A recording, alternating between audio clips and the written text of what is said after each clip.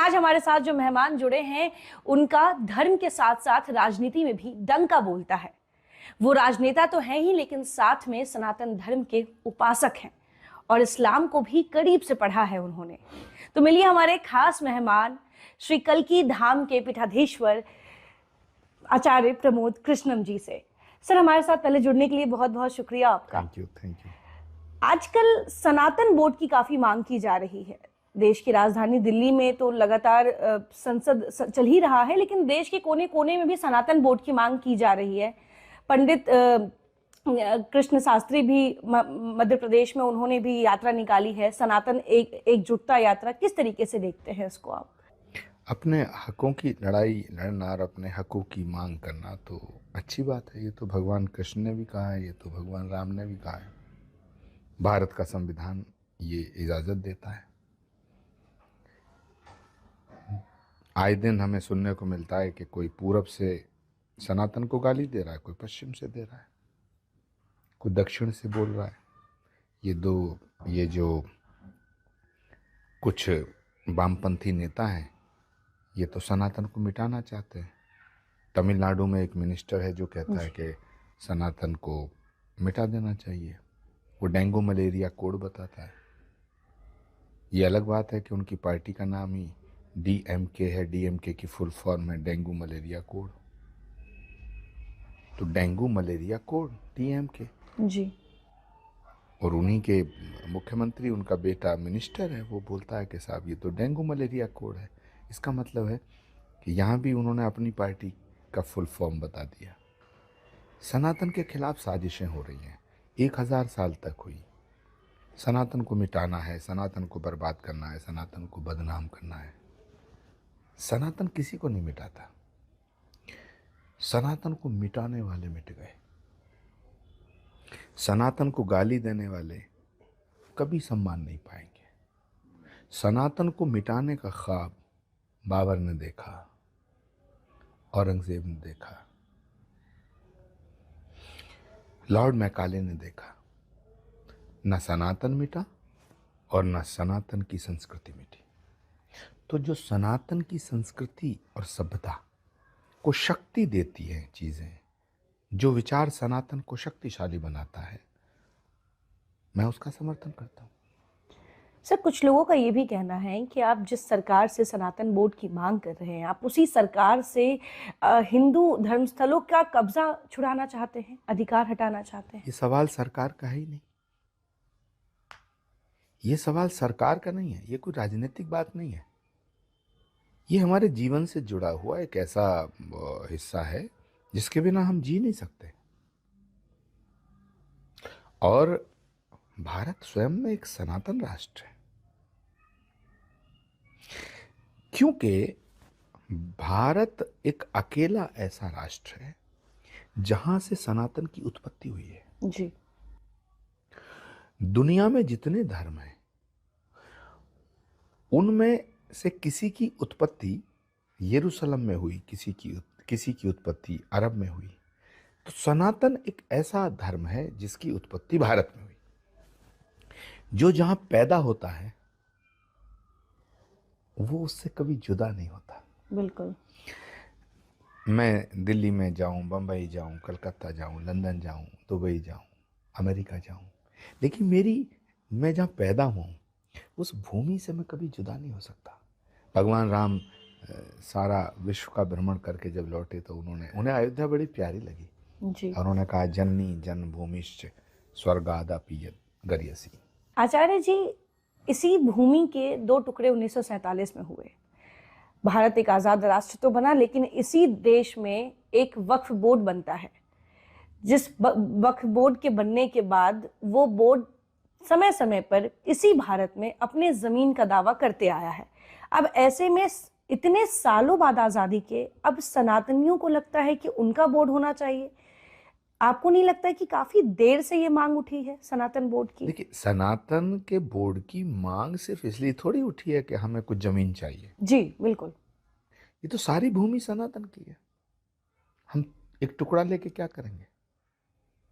जहां तक वक्फ बोर्ड का सवाल है, वक्फ बोर्ड एक ऐसा बोर्ड है जिसने जो मुसलमानों के हितों की रक्षा करने के लिए बना। लेकिन वक्फ बोर्ड ने एक भी मुसलमान के हितों की रक्षा नहीं की। वक्फ बोर्ड ने राजनीति की है। वक्फ बोर्ड समर्थन देता किसी पार्टी को, किसी वक्फ बोर्ड कहता है, सुनिए, वक्फ board, all India Muslim personal law board, ये सारे जितने बोर्ड हैं ये क्या कर रहे हैं? ये बने थे इसलिए कि गरीबों की मदद करें और मुस्लिम हितों की रक्षा करें। लेकिन जो काम इनके करने का था उसके अलावा सब काम करते हैं। उत्तर प्रदेश के संभल में ही कल्की धाम पड़ता है और वहीं पे अभी एक शाही जामा मस्जिद को लेकर विवाद छिड़ा है। जामा मस्जिद को लेकर विवाद ये है, कहा जा रहा है कि इससे पहले वहां पे हरिहर नाथ मंदिर हुआ करता था, उसको तोड़कर जामा मस्जिद का निर्माण किया गया, जिसको लेकर कोर्ट में भी याचिका दाखिल की गई है। कैसे देखते हैं सर इस पूरे प्रकरण को? देखिए, पहली बात तो ये है कि भगवान का अंतिम अवतार श्री कल्की अवतार के रूप में संभल नामक स्थान पे होगा, 12 कोस की परिधि में, यानी कि 24 किलोमीटर की परिधि में होगा। जैसे ब्रज की जो है ना 84 कोस की भूमि को, मथुरा भी ब्रज है, वृंदावन भी ब्रज है ना, गोकुल भी ब्रज है, बरसाना भी ब्रज है, ऐसे भगवान का अवतार होगा। एक तो ये पुराणों में लिखा हुआ। दूसरा, पुराणों में लिखा हुआ कि जिस भूमि पर भगवान अवतार लेंगे वहाँ पर एक शिव के द्वारा, ब्रह्मा के द्वारा स्थापित शिवलिंग होगा, जो हर मंदिर के रूप में जाना जाएगा। वो सेंटर होगा, उसके 24 किलोमीटर की परिधि में कहीं भी भगवान अवतार लेंगे। तीसरा पॉइंट ये है कि उसको हर मंदिर कहा गया है। गुरु गोविंद सिंह जी महाराज ने अपने 10वें ग्रंथ में 125 सवैयों की रचना की है। उसमें श्री कल्की अवतार का जिक्र किया है। उनका एक सवैया है, एक दोहा, कुछ दोहों की, कुछ सवैयों की रचना की है। तो उनकी वाणी है, भल भाग भये संभल के, भल भाग भये संभल के, हरजू हर मंदर आवेंगे, कल्की अवतार कहावेंगे। तो ये और इतिहास गवाह है, इतिहास गवाह है। प्राचीन काल से लेके अब तक हमारे बहुत मंदिरों को तोड़ा गया। ये मैं कह रहा हूं इसलिए मानो ये नहीं, ये तो इतिहास में है। बाबरनामा पढ़ो, आईने अकबरी पढ़ो, बर्नी ने लिखा है, इतिहासकार बर्नी ने लिखा है। बर्नी तो मुस्लिम ही थे। तो मंदिरों को तोड़ा गया। हमने मस्जिदों को नहीं तोड़ा। सनातन के मानने वाला व्यक्ति विध्वंस नहीं करता, सृजन करता है। हाँ, किसी मस्जिद को तोड़ करके अगर मंदिर बना है तो मैं उसका भी समर्थन नहीं करता। कोई अगर कहे कि साहब मस्जिद को तोड़ना, मस्जिद में आग लगाना सनातन है, तो मैं उसका समर्थन नहीं करता। क्योंकि सनातन एक ऐसा धर्म है जो सत्य, अहिंसा, करुणा, क्षमा, दया, शील, त्याग, तपस्या, बलिदान और सद्भावना की बात करता है। जो सनातन विश्व बंधुत्व का उद्घोष करता है, वो किसी के घर में आग लगाने की अनुमति नहीं दे सकता। आचार्य जी, लेकिन जब भी ऐसे विवाद आते हैं मस्जिदों के, जहाँ पे दावा किया जाता है और वो साबित भी होता है, कई बार हमने देखा है, वाराणसी में हमने देखा है, तो उस वक्त वो पूरा जो एरिया है वो सेंसिटिव हो जाता है, सांप्रदायिक घटना की चिंता सताती है प्रशासन को, और ये हर दूसरे महीने अपने देश में हम देखते आए हैं। क्या लगता है कि जब हमारे मंदिरों को तोड़ के मस्जिद बनाए गए थे और आज जब वापस लेने की बारी आई है, तो क्या खून बहाना जरूरी है? बिल्कुल नहीं, बिल्कुल नहीं। मंदिरों को इस्लाम ने नहीं तोड़ा,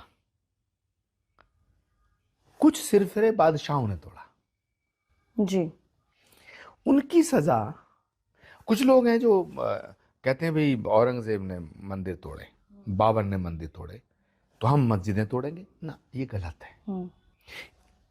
किसी की भी इबादत गाह को हम नहीं तोड़ेंगे। लेकिन क्या वो अगर हमारी पहले किसी भी मस्जिद को हम तोड़ने के पक्ष में नहीं है। लेकिन हमारे मंदिरों को तोड़ करके अगर मस्जिद बनी है जी, तो हम उनको वापस लेना चाहेंगे। ये सनातन के सब मानने वालों का विचार है जी, और इस विचार का समर्थन करना कोई बुरी बात नहीं है। बिल्कुल। कोई चीज हमारी थी, उसे जबरदस्ती तोड़ दिया गया, उस पर कब्जा हो गया। हम दूसरों की चीज नहीं मांग रहे। तो मुझे लगता है कि चाहे वो ज्ञान व्यापी हो, चाहे वो श्री कृष्ण भूमि हो, बिल्कुल। राम मंदिर हो, तो ये सब तो सनातन की धरोहर है ना। जो सन्यासी वस्त्र पहनते हैं, जो गेरुआ रंग धारण करते हैं, उनको राजनीति से उठा के बाहर फेंको, ये कहा है कांग्रेस के राष्ट्रीय अध्यक्ष मल्लिकार्जुन खड़गे ने। और आपने बाल अवस्था से, मतलब बाल जीवन से आपने कांग्रेस के तमाम पदभार संभाले हैं, आप उनका चेहरा रह चुके हैं। कैसे देखते हैं इस बयान को? क्या सनातनी राजनीति का हिस्सा नहीं हो सकते? पागल हो गए ये सब लोग। इनकी अकल पे पत्थर पड़ गए। ये इनकी बुद्धि का दिवालियापन है। भारत भावनाओं का देश है। भगवा हमारे शौर्य का प्रतीक है। भगवा सूर्योदय का रंग है। भगवा हमारे झंडे के ऊपर है। ये भगवा को मिटाना चाहते हैं। जहां तक मेरा कांग्रेस से संबंध का सवाल है, ये बात ठीक है कि मैं छात्र जीवन से कांग्रेस में रहा। राजीव गांधी से मिला जब मेरी उम्र 16-17 साल थी। लेकिन आयुषी, मैं बस इतना ही कहना चाहूंगा कि एक ऐसी आरजू में जो कहीं सुनी ना जाए, एक ऐसी आरजू में जो कहीं सुनी ना जाए, वहां उम्र काट आए जहां सांस ली ना जाए। वहां उम्र काट आए जहां सांस ली ना जाए। देश की आजादी से लेकर आज तक इतना बेहुदा विपक्ष, इतना वाहियात विपक्ष, इतना बचकाना विपक्ष ना कभी हुआ है ना कभी होगा। बस सुबह उठते बिना नहाए धोए मोदी को गाली देना शुरू कर देते। अगर नरेंद्र मोदी कह दें कि सूरज पूरब से उग रहा है तो कहेंगे नहीं, मोदी ने कहा तो सूरज पूरब से नहीं उग रहा है। अगर नरेंद्र मोदी कह दें कि कांग्रेस बहुत अच्छी पार्टी है तो सारे नेता कहेंगे नहीं, कांग्रेस बहुत बुरी पार्टी है क्योंकि मोदी ने अच्छी कह दी। क्या ये आपने राहुल गांधी जी के लिए भी कहा है? मतलब क्या वो जो आप नौजवान और जो विदेशों से पढ़ाई करके आए हैं? आयुषी, राहुल गांधी जी से मेरा कोई बैर नहीं है। राहुल जी से मेरा कोई दुश्मनी का इरादा नहीं है। राहुल गांधी से मेरा कोई झगड़ा नहीं है। लेकिन राहुल गांधी जब देश के खिलाफ बोलते हैं, भारत के बाहर जाकर के भारत को बदनाम करते हैं, तब मेरा खून खौलता है। और जिस राष्ट्र के खिलाफ जो व्यक्ति बोले उसके खिलाफ खून ना खोले, वो खून नहीं हो पानी है। भारत में आप राजनीति करते हैं, भारत के विपक्ष के नेता हैं, भारत की बदनामी विदेश की धरती पर जाकर के आप क्यों करते हैं? आप नरेंद्र मोदी से सवाल करिए, संसद में करिए, सड़क पर करिए। भारत के प्रधानमंत्री के फैसलों की समीक्षा होनी चाहिए, आलोचना होनी चाहिए। लेकिन अगर प्रधानमंत्री राष्ट्र के हित में कोई फैसला ले तो उसकी सराहना भी होनी चाहिए, उसका समर्थन भी होना चाहिए। तब देश ताकतवर होता है, तब देश और देश का लोकतंत्र सशक्त होता है। लेकिन अफसोस की बात यह है कि नरेंद्र मोदी जो फैसला लेते हैं उसका विरोध करते हैं आप। भारत की संसद बनाने का फैसला गलत था क्या? भारत की संसद का उद्घाटन भारत का प्रधानमंत्री नहीं करेगा तो क्या पाकिस्तान का करेगा? ये जो संसद बनी है भारत की है, भाजपा की। भारत की संसद का उद्घाटन होता है, काले कपड़े पहन करके विरोध करते हैं। अरे शर्म नहीं आती आपको? ये संसद भाजपा की नहीं है, ये भारत की संसद है। पंडित नेहरू भी, उन्होंने अपने जमाने में जितने संस्थान बनाए उन इमारतों को अपने साथ नहीं ले गए। नरेंद्र मोदी भी इस संसद को अपने साथ नहीं ले जाएंगे। ये भारत की संसद है, इसका सम्मान करो। इसका विरोध किया। राष्ट्र की एकता के लिए 370 हटाने का फैसला लिया गया। मुझे बताइए, एक देश में एक निशान, एक संविधान, एक विधान होना चाहिए या नहीं होना चाहिए? 370 हटाने का फैसला in the interest of nation सही था, इसका समर्थन करना चाहिए था। आप मोदी से लड़िए ना, आप नरेंद्र मोदी की आलोचना करिए, नरेंद्र मोदी का विरोध करिए, कौन रोकता है? लेकिन नरेंद्र मोदी का विरोध करिए, देश का विरोध मत करिए, राष्ट्र का विरोध मत करिए। अफसोस की बात यह है कि ये जो विपक्ष के नेता हैं, एक तो ये सो कॉल्ड सेकुलर है, और ये सूडो सेकुलरिज्म जो है ये देश को खोखला कर रहा है। सेकुलरिज्म की अगर बात करें सर, तो ऐसा क्यों होता है जब हिंदुओं की हक की बात होती है? अभी हाल ही में बालाजी प्रसिद्ध मंदिर में प्रसाद में चर्बी की मांस मिलती है, चर्बी मिलती है और प्रसाद को अशुद्ध किया जाता है। इस तरह की घटनाएं देश में आए दिन इस धर्म से रिलेटेड होते आया है, चाहे वो हिंदू धर्मगुरु हो, चाहे वो प्रसाद हो, चाहे वो एक रोड चलता व्यक्ति हिंदू, अपमान होने की खबरें आती रहती हैं। लेकिन हिंदुओं के हक की बात में सेकुलरिज्म का झंडा क्यों उठा दिया जाता है? और जब अगर मुस्लिम भाइयों की बात की जाए, जब उस कम्युनिटी की बात की जाए, तो वहां पे ये देश सबका है, वो कम्युनिटी जरूरी है, लेकिन हिंदू के टाइम में सेकुलरिज्म क्यों हमेशा विपक्ष को याद आता है?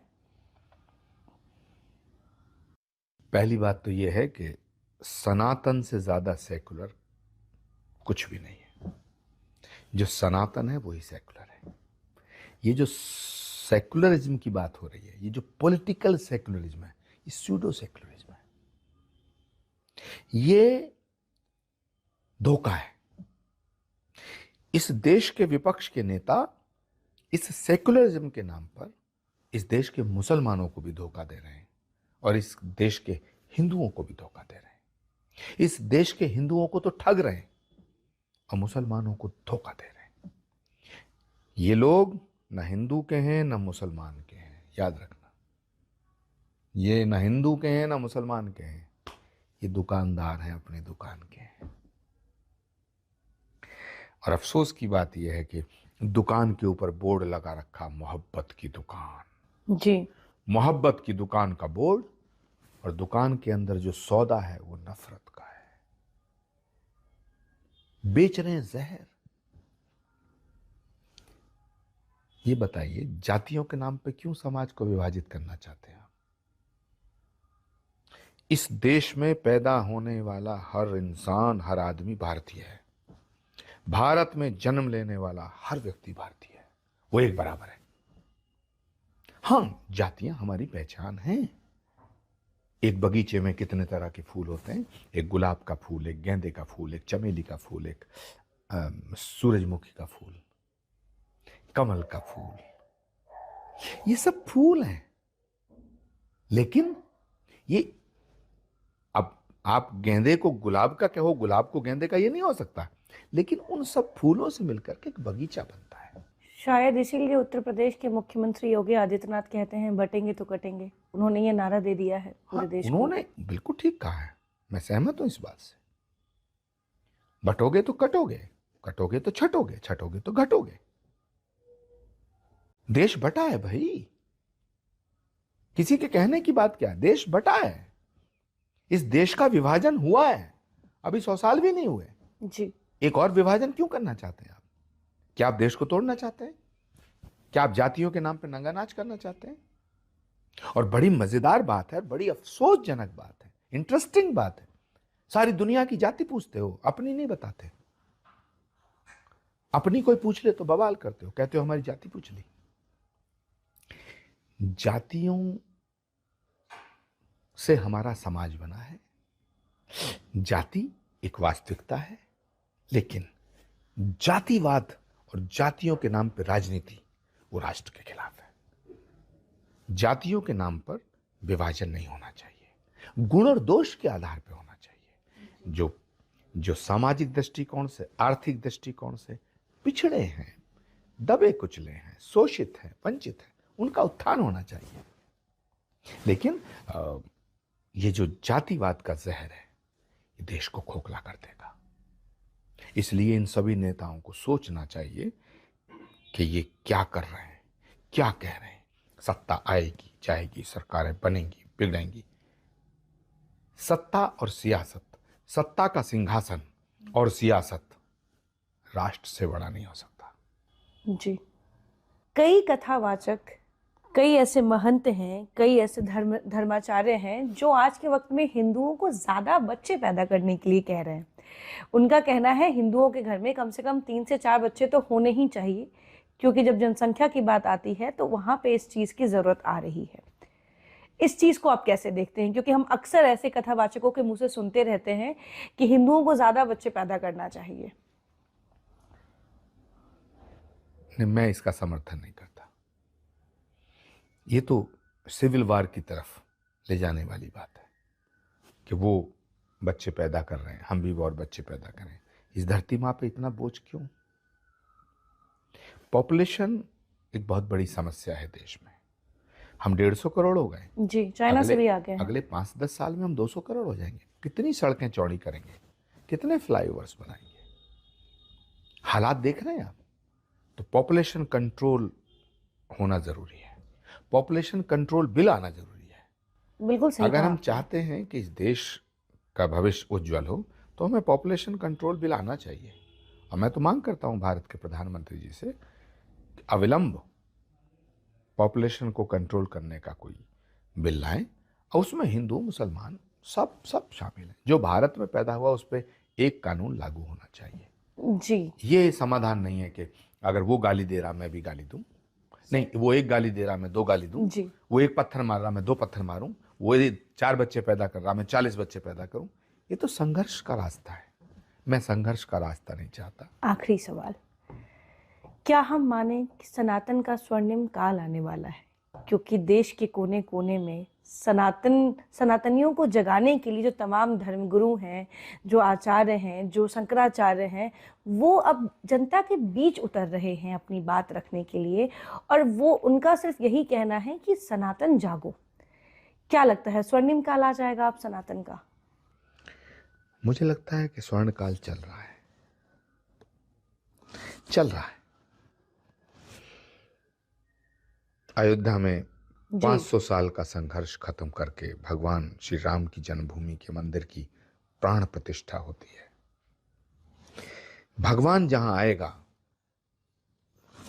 उस पावन धरा पर भारत के यशस्वी प्रधानमंत्री जी के द्वारा, नरेंद्र मोदी जी के द्वारा श्री कल्कि धाम का शिलान्यास होता है। जहां भगवान आया वो मंदिर बन के तैयार हुआ, जहां भगवान आएगा वो मंदिर का निर्माण शुरू हो रहा है। सनातन का स्वर्णकाल न कहा जाए तो क्या कहा जाए?